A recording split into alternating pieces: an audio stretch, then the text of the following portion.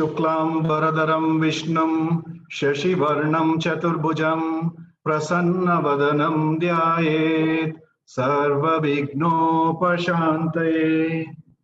Hari Om, Shri Gurubhyo Namah. Friends, all human beings without exception have one primary goal. We seek Ananda or Sukham. We have seen that money possessions do not give happiness.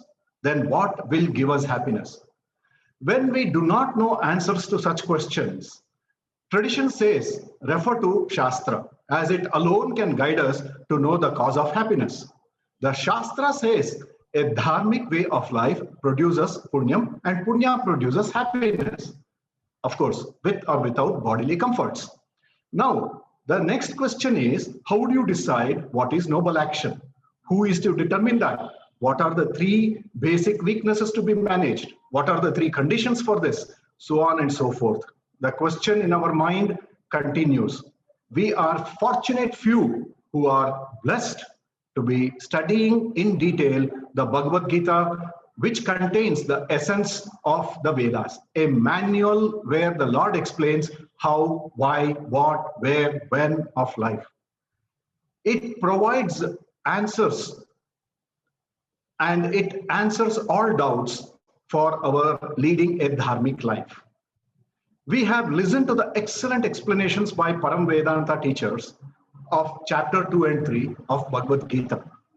Today is a revision session where our team of Param Vedanta teachers, led by Dr. Timmappa Hegde sir, shall give us a gist of the entire chapter 3, which explains all about Karma Yoga, a particularly important portion for us Grihasthas in our quest for moksha. Please listen intently, crystallize the teaching of the Lord to practice in life with firm conviction. A warm welcome to one and all for today's 19th session of Bhagavad Gita verse by verse. Today, Vaibhavi will chant the divine Bhagavad Gita shlokas at the end. I request all of you to stay and join in the chanting. I request Dr. Timmappa Hegde sir to please take over. Thank you, Kumar, for a nice introduction for today's class. Sadashiva Samarambam Shankaracharya Madhyamam Asmadacharya Paryantam Vande Guru Paramparam. Om. As mentioned by Shiv Kumar, it is our great privilege to be able to study the Bhagavad Gita, and we have now completed the most wonderful third chapter of the Bhagavad Gita dealing with Karma Yoga. There is a certain teaching style recommended in the ancient Indian Shastras, which have 6 methods or 6 lingas. It begins with upakrama or introduction. What are we going to study today has to be introduced. Second is, if there is something important, it has to be repeated. The Sanskrit term for that is called abhyasa. Your class should have something apurvata, something unique. That is why people will attend the class, because there is something new that you're going to learn. There should be some benefit that comes that is called phala.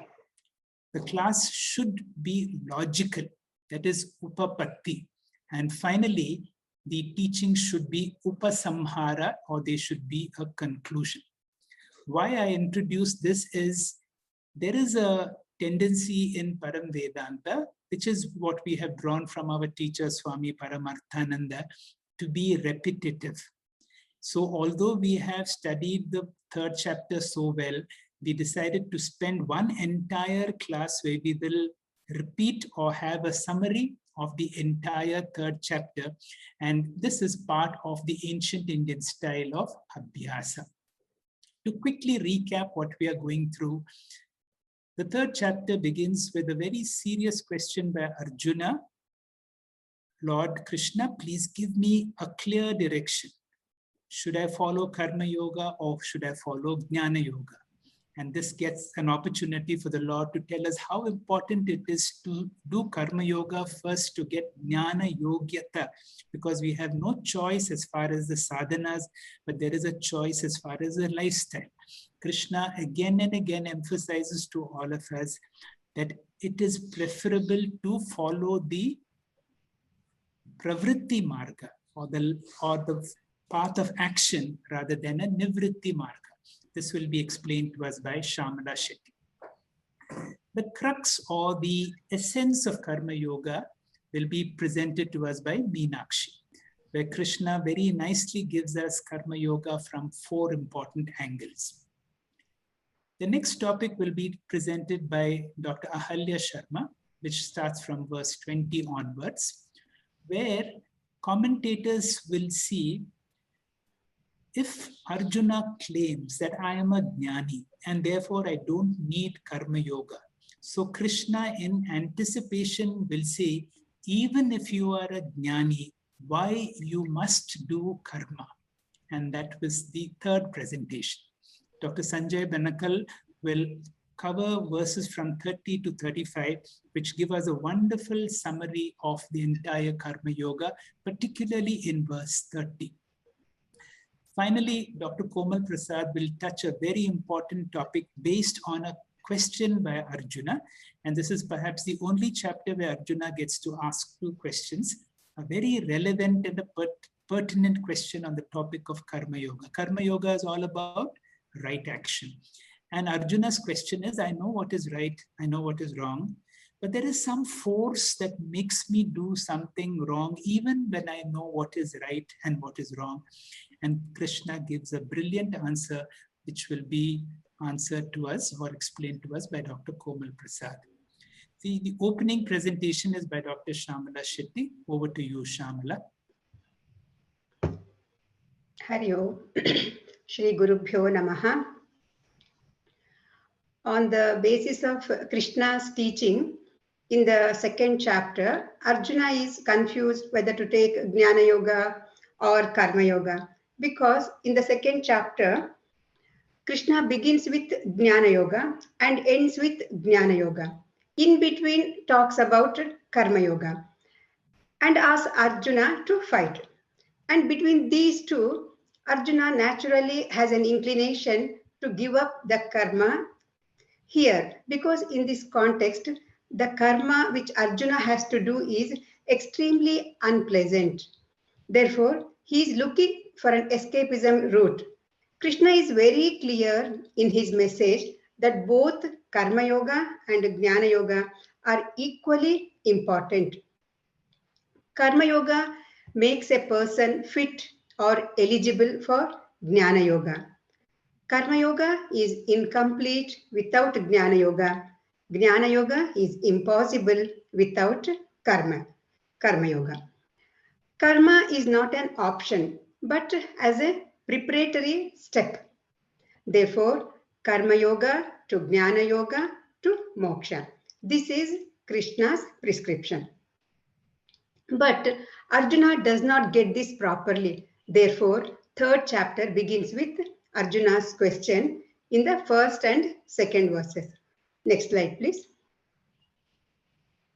In the 1st verse, Buddhihi karmanaha jayasi. Here, Buddhihi means Atmajnanam, self-knowledge. The Atmajnanam is karmanaha jayasi, appears to be superior to karma. So why do you ask me to engage myself in this terrible action, into this mess of a war? Tatkim karmani ghore mam, mayo jayasi, neo jayasi keshava. A relevant question. Then Arjuna further puts question in the 2nd verse. Vyamishreneva vakyena. Seemingly contradictory statements, confusing statements. Tad ekam vada nishchitya. Tell me very clearly one of the sadhanas, either Karma Yoga or Jnana Yoga. Krishna is not going to advise Arjuna. He is going to say why karma is important. So he starts with the 3rd shloka, which is in the next slide.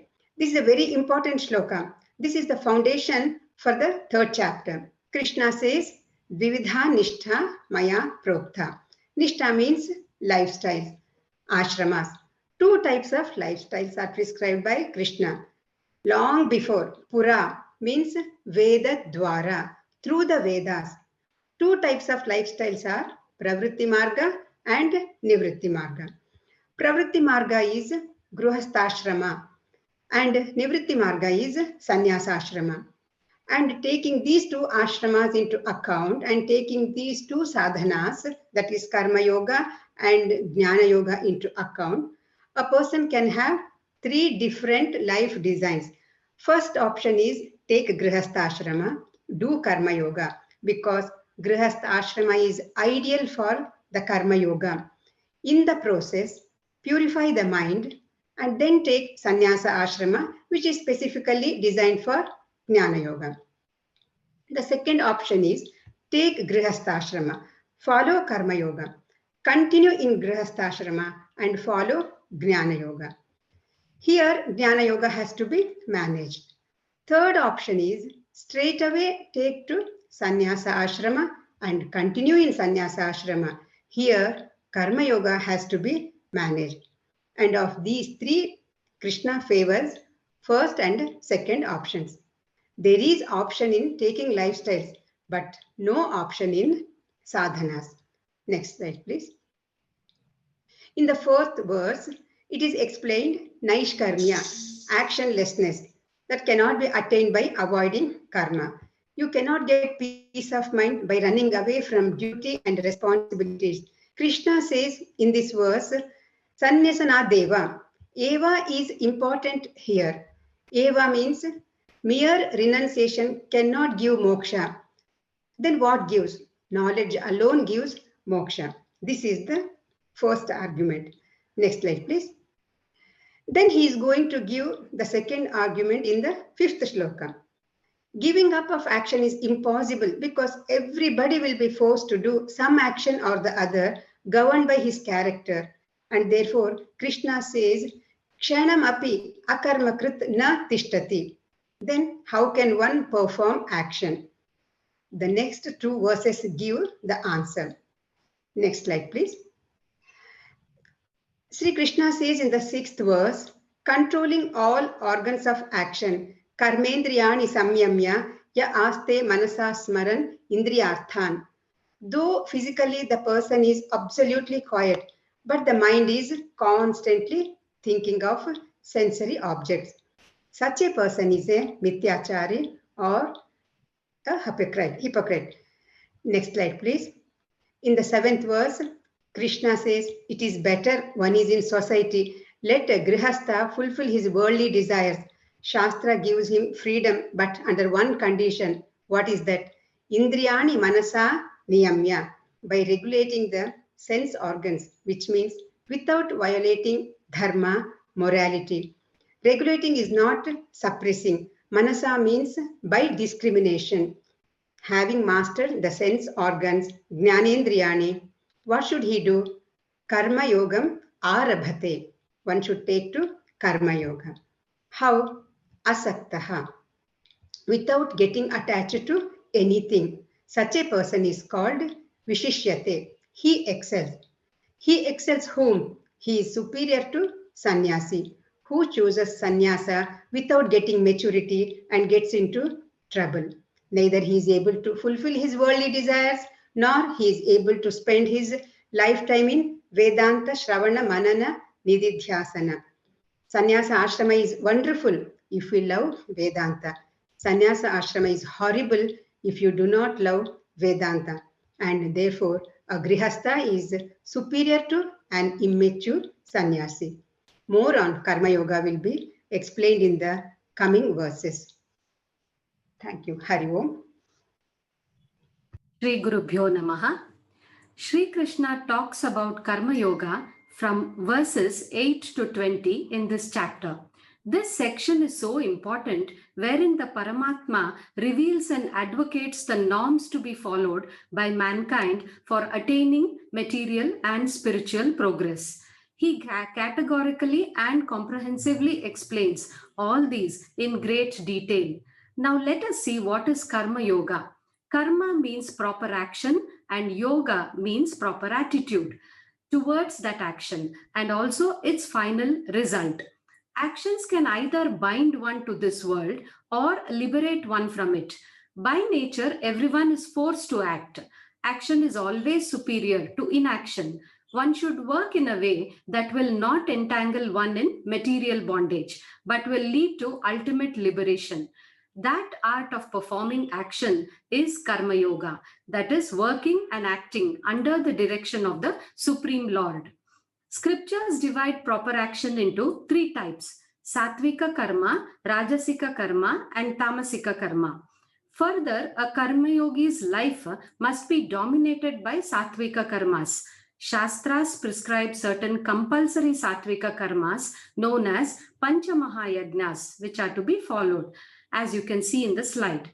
First one is Deva Yagna, next is Pitru Yagna, Brahma Yagna, Manushya Yagna, and Bhuta Yagna. Across these 12 shlokas, Sri Krishna presents Karma Yoga from 4 angles. They are, next slide, sir. Karma Yoga as Ishvara Agna, Karma Yoga as Ishvara Yagna, as Chitta Shodakam, and as Dharma. Now let us take up each division. Karma Yoga as Agna. The 8th shloka goes like this. Niyatam karma kuru karma tvam karma jyayo hya karmanaha sharira yatra pichate na prasiddhyeda karmanaha. Here, Sri Krishna says the Panchamaha Yagnas, as in the previous slide, are obligatory for every human. Niyatam karma tvam kuru. Niyatam is the commandment of the Lord. For an immature person, there is an element of fear induced here. A person who doesn't follow will incur papa or sin. The next division is Karma Yoga as Yagna. The 9th shloka goes like this. Yagnarthat karmanonyatra lokoyam karma bandhanaha tadartham karma kaunteya mukta sangha samachara. Krishna introduces the concept of yagna here. Karma Yoga is called Ishvara Yagna. It is the worship of the Lord. In what way? By converting our life itself into an offering or puja to the Lord. Wherever I walk, let it be a pradakshina. Whatever I eat, may it be an offering, and so on. The advantage of this attitude is liberation. Otherwise, it is a bondage. Anyatra lokaha karma bandhanaha. The basic principle of Karma Yoga is Yagna liberates while Karma binds. The 10th verse discusses Karma Yoga as Yagna as is prescribed by the Vedas for the harmony of the society. When the creator, Prajapati, created universe, he simultaneously created Yagna, the spirit of self-dedicated activities, which is seen everywhere. For example, shining of the sun and moon, flowing of rivers, tolerance of Mother Earth, etc. A selfless action brings prosperity. In the 11th verse, Krishna says, by following Karma Yoga, you are propitiating the gods of the creation. We must live in harmony with nature. Parasparam bhavayantaha is the key word. A human being and the devas are interdependent in this relative world. They are nourished by one another. Men offer oblations to the gods and they in turn ensure welfare to men by sending rains at proper times, etc. We must follow attitude of gratitude. Further in Shloka 12, Krishna says, a person who does not do this is verily a thief. Swami Chinmayananda says, what Bhagavan has given is a gift to you. What you do with Bhagavan's gift is your gift to the Lord. The next division is Karma Yoga for Chitta Shuddhi. Krishna addresses Karma Yoga from the angle of Chitta Shuddhi or purification of mind. This angle can be appreciated if a seeker is interested only in moksha. He understands that Atmagnanam is the only means to attain moksha. This is possible if the mind is purified, meaning the mind is free from kama, krodha, lobha, moha, mada, matsarya. The next angle is Karma Yoga as Dharma. Shlokas 14 and 15 say, Krishna is urging one and all to lead a dharmic life. He asks us to live a life of responsibility and reverence to creation. Everything in the creation has a cyclic process. This indicates balance and harmony. A life of Karma Yoga will maintain the cosmic balance. Where do you find the rules of Karma Yoga? In the Vedas, which are born out of Brahma. Karma Brahmodbhavam Vidhi. Vedas, which are all pervading, are the holy scriptures which prescribe harmonious lifestyle. Verses 17 and 18 describe those who are exempt from this doctrine of action. Once a person reaches enlightenment, there are no desires to eliminate, no dependence on the world, hence no obligations. These form the benefits of Karma Yoga. Without Karma Yoga, Gnana Yoga is impossible. Without Gnana Yoga, Karma Yoga is incomplete. Follow Karma Yoga, get Gnana Yogyata, get Gnanam, and then be free. The essence of Karma Yoga is giving more and taking less. In verse 19, Krishna concludes after a logical presentation on the necessity for proper action, which ultimately results in spiritual growth, which brings a remarkable change in one's life, from mediocrity to excellence, drudgery to revelry, indignation to inspiration, misery to magic. Thus, in a nutshell, Karma Yoga is to be pursued because it contributes to material progress. It is the commandment of the Master of the universe. It is our grateful offering, yajna, to the Lord, acknowledging his gifts, and it is the only way of maintaining the harmony. Thank you, sir. Hari Om. Namaste. Shri Gurubhyo Namaha. The set of verses from 20 to 29 highlight the attitude of a jnani towards karma and how he is considered a role model for others. For an ajnani, karma is the path for chitta shuddhi, jnana prapti, and ultimately for moksha or liberation.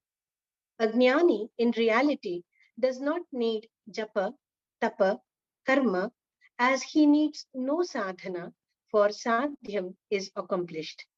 But Krishna clearly points out even a jnani must follow the disciplines as long as he is a part of society, as people look up to him as the role model. He narrates the difference in the attitude and the purpose of karma between a jnani and ajnani. The verse 20 goes so. Karmanaiva hi samsiddhim astita janakadayaha loka sangrahamevapi sampashyan kartumarhasi.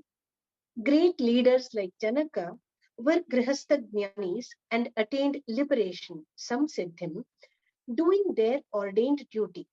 They attained jnana yogyata through karma yoga, as their karma was beyond personal agenda, loka sangraha, as it is called, for the welfare of people. A grihastha, an emperor, can be in vyavahara, follow karma yoga, and still become jnanis and attain moksha. The next verse, the 21st one, which is often quoted, yadyadacharati shreshtaha tattad devetaro janaha sayat pramanam kurute lokas tat anuvartate. Krishna says, Arjuna, you are a responsible warrior and a king. So obviously, people would follow you. Discharge your duties is Krishna's message here. Do not think you are a jnani and that you should stop karma. According to scriptures, there are different sources of learning the dharmic way of living. To move from prakrita to the samskrita way, from the normal to the cultured way of life. Vedas, Smriti, and the life of great sadhakas, cultured people, evolved souls are to be followed. A leader, a parent, teacher with the right conduct become excellent role models for others. Continuing, Krishna says, Name parthasti kartavyam trishu lokeshu kinchana. He reveals that as an avatara, he has nothing to accomplish. There are no purusharthas, no karma yoga, no sadhana, no shravana, manana, nididhyasana, as he has nothing to achieve and nothing to desire. Na anavaptam and avaptavyam, as he explains. Still, I do all that has to be done as per the obligations of the role I play. So, Arjuna, perform your duties. In the next two shlokas, the 23rd and 24th, Krishna says, Yati hyaham navarteyam jatu karmanya tandritaha. Atandritaha means tirelessly. Krishna says, I work tirelessly with enthusiasm, wholeheartedly. But why do I do this? Mama vartman vartante, the others follow me. Krishna is giving a clear instruction to all the role models to do their duty with sincerity and interest. If we do not follow Swadharma, our duties that are ordained, our social duties, there will be consequences causing disorderliness and confusion. Sankara, as he calls it. The examples of global warming, e-waste was well narrated in the class. In the next verse, the 25th one, the word Loka Sangraha is mentioned yet again. Whenever a text mentions a word in close proximity, that means it is a very important word for that context and does not become a punarukta dosha. So 20 to 29 is actually talking of karma for the larger good. Karma should always be for larger good is what he says. The difference in the karma of a jnani and ajnani lies in the purpose and the attitude. An ajnani. Whenever we say an ajnani, it is not out of scorn. It is just that the sadhaka or the person interested is not yet rooted in jnana. So whenever an ajnani performs actions, he does it for happiness, for fulfillment, with expectation and dependence. A jnani, however, performs actions with happiness, without expectation and dependence. So for happiness and with happiness is the difference. The 26th one says, Na buddhivedam janayet ajnanam karma sanginam. An important verse again. Don't be judgmental because someone is not on the same spiritual path that you follow. Progression on spiritual path must be a natural phenomena. It is difficult to peel the skin of an unripe banana, but when the fruit ripens, it becomes easy and swabhavika. Let there be no criticism of a karma sangi, a materialistic person, is the advice here. No need of premature advice about detachment and renunciation to anyone. Encourage them to orient their karma towards dharma and tyaga. Lead by example is the essence of this shloka. Yuktaha samacharan, do all duties with involvement, commitment, yet without attachment, is the point clarified here. In the next two shlokas, which are actually the essence of Upanishads, Prakritehe kriyamanani gunaihi karmani sarvashah ahankara vimodhatma kartahamiti manyante. The word Prakriti means basic matter and Guna is a product of that. Ahankara in this shloka refers to the body-mind complex that is sentient and alive. We know we all operate from two levels, the higher self and the lower self. So the Ahankara here refers to the lower self. An Ajnani works being centered in the lower self, that is the body-mind complex, and is therefore called Ahankara Vimudhatma. Hence, his problems of samsara is present endlessly. In the next verse, he elaborates that a jnani is also operating from the body-mind complex only, but the difference is it is very insignificant here, as he is centered in the higher self. The ahankara of a jnani is like a dugah bijavat, a roasted seed. A roasted seed can do everything except that it cannot germinate. Similarly, there is no samsara, no binding, though ahankara is functional in case of a jnani. Verse 29 says, Tana kritsna vido mandan kritsnavinna vichalayet. Since Arjuna is lost in the transaction, since an Ajnani is lost in the transaction of guna karmasu sajjante, and immersed in the body-mind complex, a Jnani should help him ripen the ahankara and grow out of the attachment very gently and gradually. This is the sum and substance of the karma of a Jnani in the 3rd chapter. Namaste. Om Shri Gurubhyo Namaha.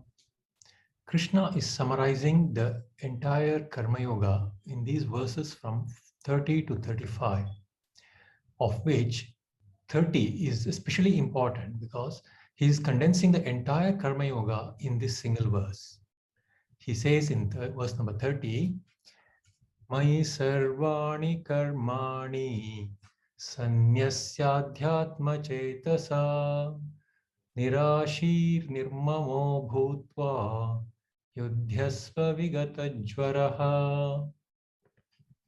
He says a karma yogi is a adhyatma chetasa. He has a discriminative ability.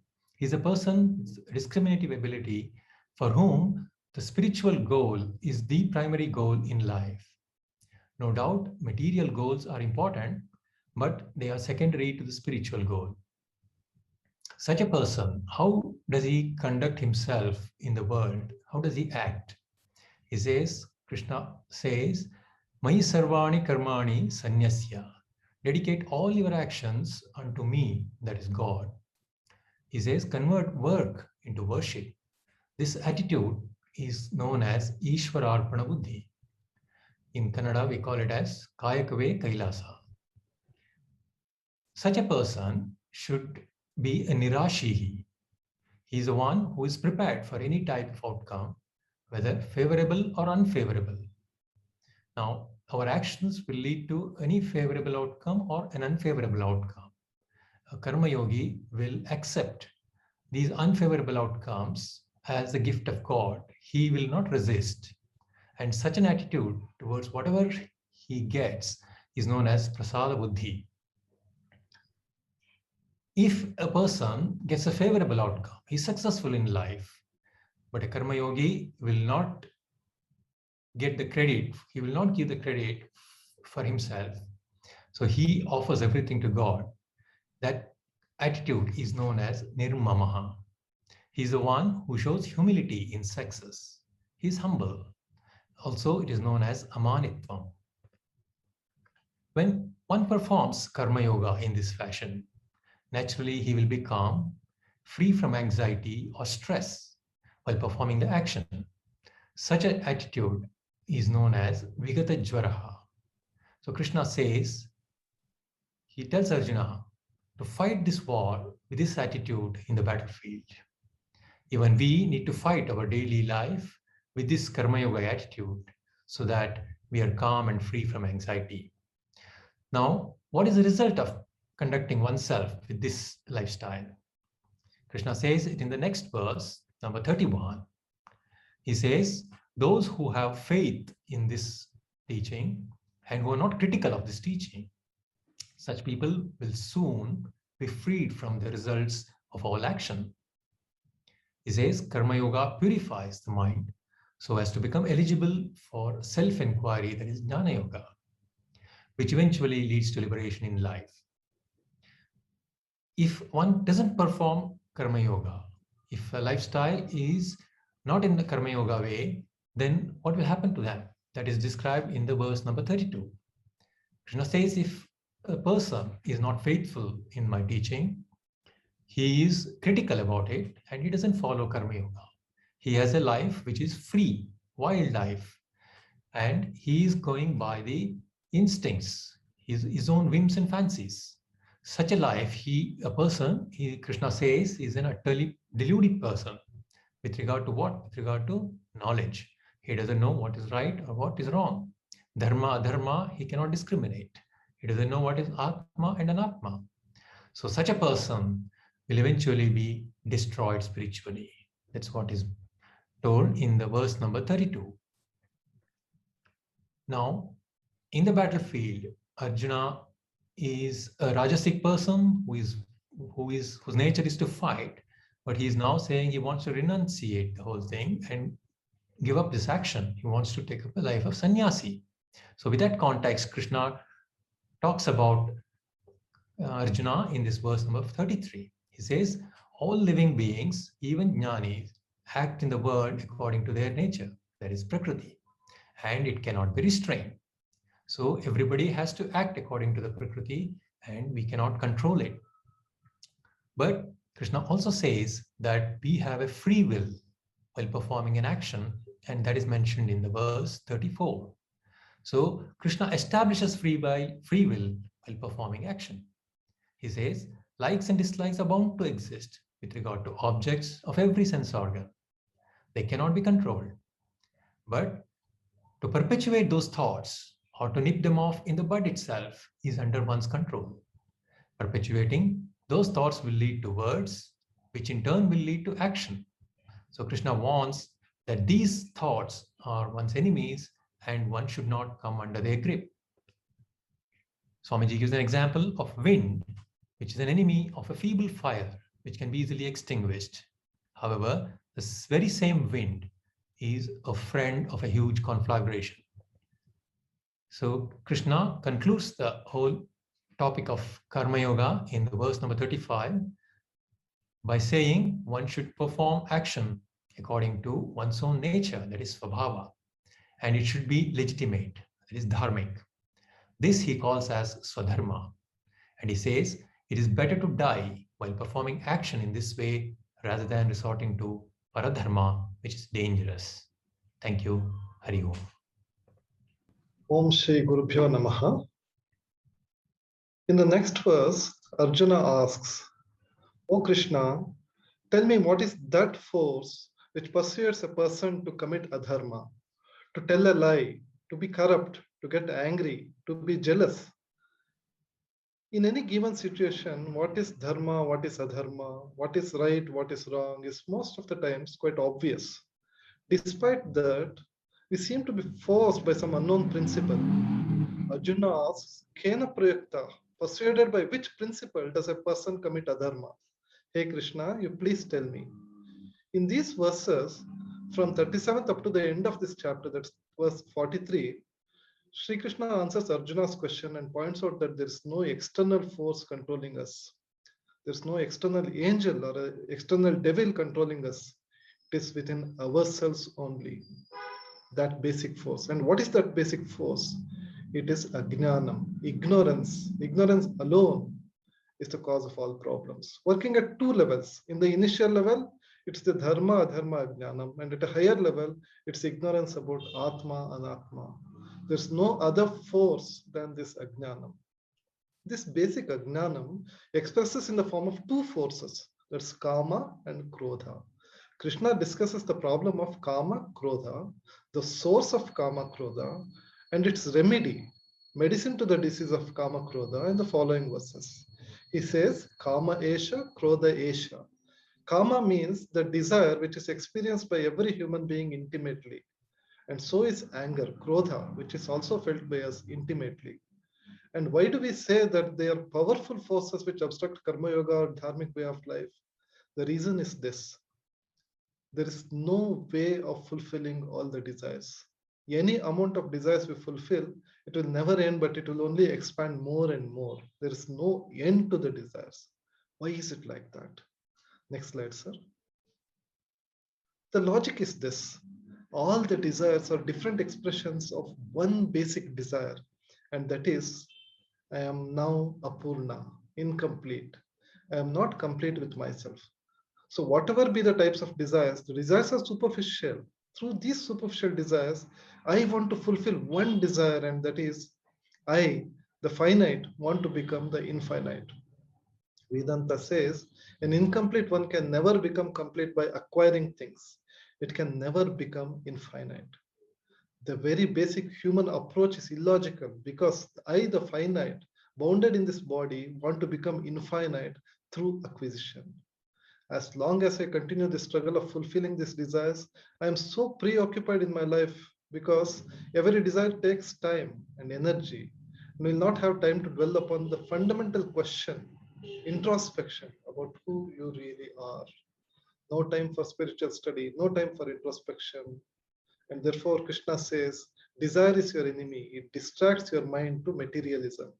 So for a spiritual seeker, for an intelligent human being, handling Kama and Krodha should be the lifelong project. Next slide, sir. How does desire cover the discriminative power? Krishna gave 3 illustrations. As fire enveloped by smoke, as a mirror covered by dirt, and as a fetus enclosed in the womb, knowledge is shrouded by desire, which is an insatiable fire, anala. Covered by desire, buddhi cannot do what it must do, that is, to think, to discriminate. Such thinking is lost. Next slide, sir. Now the question is how to Now the question is how to handle karma. It has to be handled in 2 stages. The first stage is to handle karma in a relative measure, and the second stage is handling it in the absolute measure. Krishna suggested 3 methods as the first step. It is the first aid method, not the ultimate solution. It's aimed at handling the 3 bases of desire. What are the 3 bases of desire? They are the sense organs, mind, and intellect. Next slide, sir. And the first aid solution to karma is threefold: Dhamma, Shama, and Viveka. Dhamma means discipline of sense organs, filtering what enters my mind through the sense organs. There must be a board in front of the eyes, no admission without permission. Trespassers will be prosecuted. Unnecessary things should not enter. Our mind is not a waste paper basket for everything to enter, and I'm particular about it. That is Indriya Nigraha, Dhamma. And once things have entered my mind, they are capable of generating thoughts. I begin to live in my internally projected world. And these thoughts I'll have to edit or monitor, because these are the ones which get converted to words and action. And therefore, I have to take care of my thoughts also. And any unhealthy thought, I need to nip off in the bud itself. So disciplining my thoughts, this is the mental discipline, or Shamaha. The third one is Viveka, discrimination. And what is this discrimination? Any number of acquisitions which are finite can never make me infinite. Thinking that by acquiring and adding, I will get more security, more fullness is a myth. Knowing this is discrimination. Thus, Dhamma at sensory level, Shama at mental level, and Viveka at intellectual level. And Sri Krishna says, first start with disciplining your sense organs. Having gone through the relative solution, we must go to the absolute solution, which is self-knowledge, discovery of fullness within myself, of security within myself. Atmanyeva Atmanatushta. Once I am full and complete within myself, I do not search for happiness or love from elsewhere. In fact, everything is in me, the consciousness. And therefore, Shatrum Jahi, Arjuna, may destroy your enemy, which is Kama Rupa, which is in the form of insatiable want, greed, anger, desire. By gaining self-knowledge and discovering fullness, take care of Kama for good. With this advice, Sri Krishna has answered Arjuna's doubt, and he concludes his discourse on Karma Yoga. Thank you. Thank you, Dr. Komal, and all the previous speakers who gave us a very nice overview of the most wonderful and very practical advice how to convert our everyday action into a spiritual sadhana. The Bhagavad Gita, at the pace at which we are going, about 12 verses per week, will take at least a year or little more than a year. So we thought at the end of each chapter, we will have a small diversion like this. Immediately after the 3rd chapter, we will have one class on Manisha Panchakam.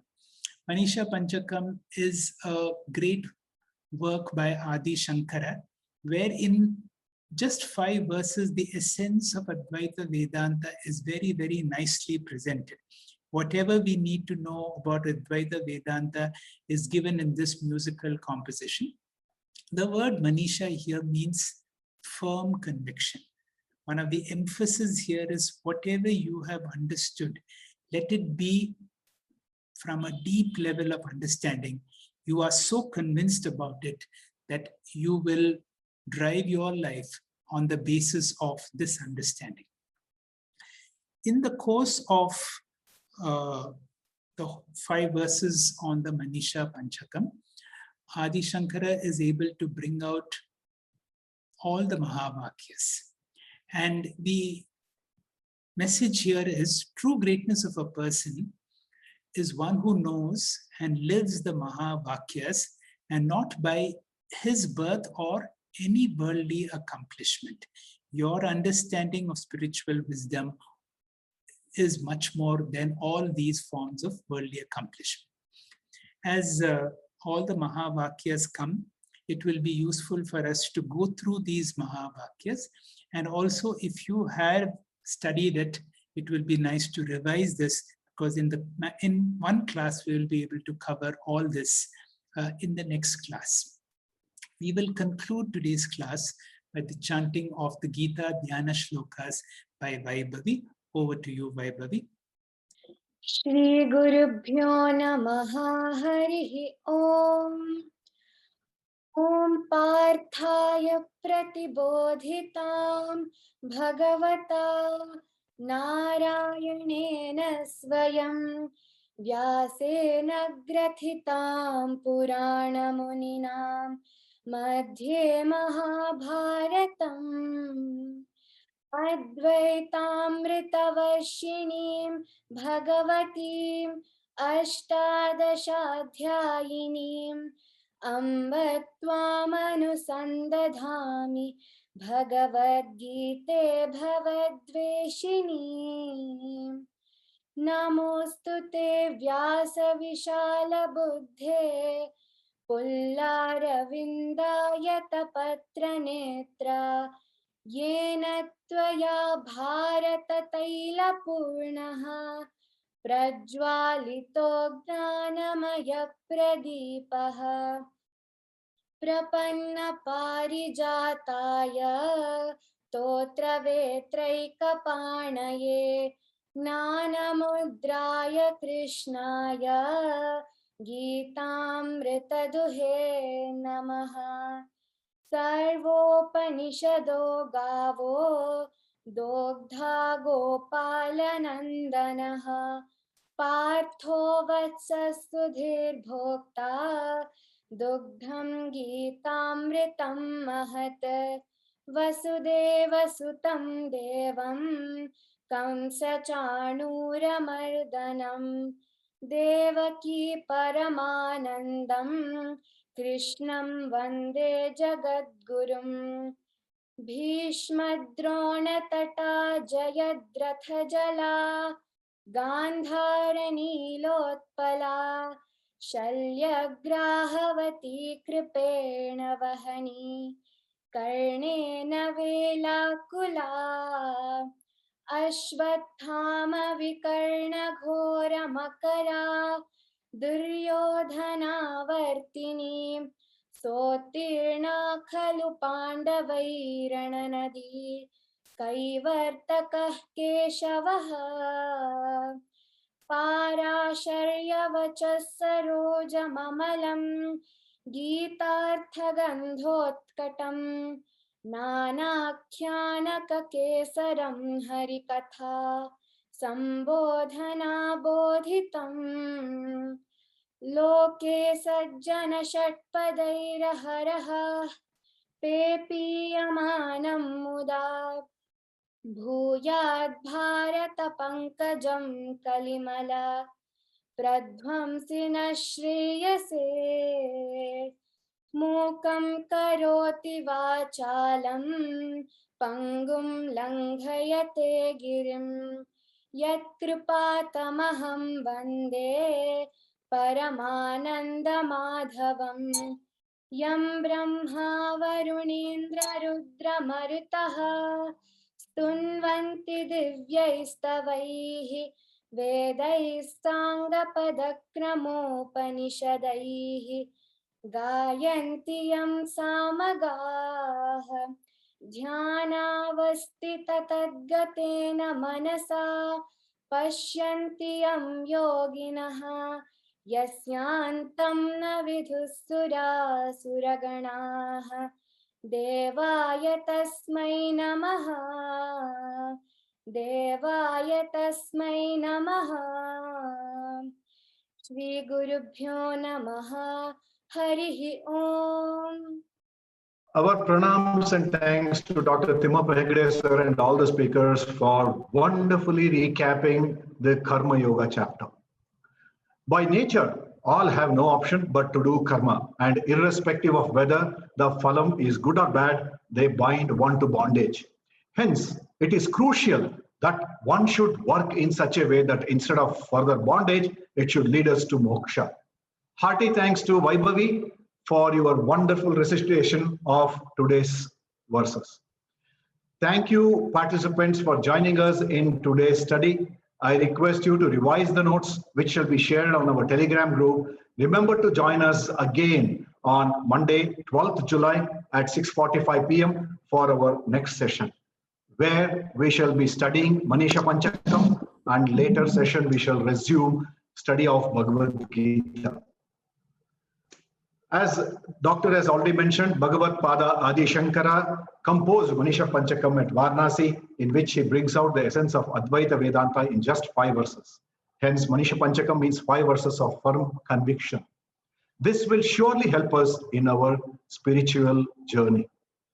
Om Purnamada Purnamidam Purnat Purnamudachyate Purnasya Purnamadaya Purnamevavashishyate. Om Shanti Shanti Shanti. Harihi Om. Shri Gurubhyo Namaha. Harihi Om. Shri Krishna.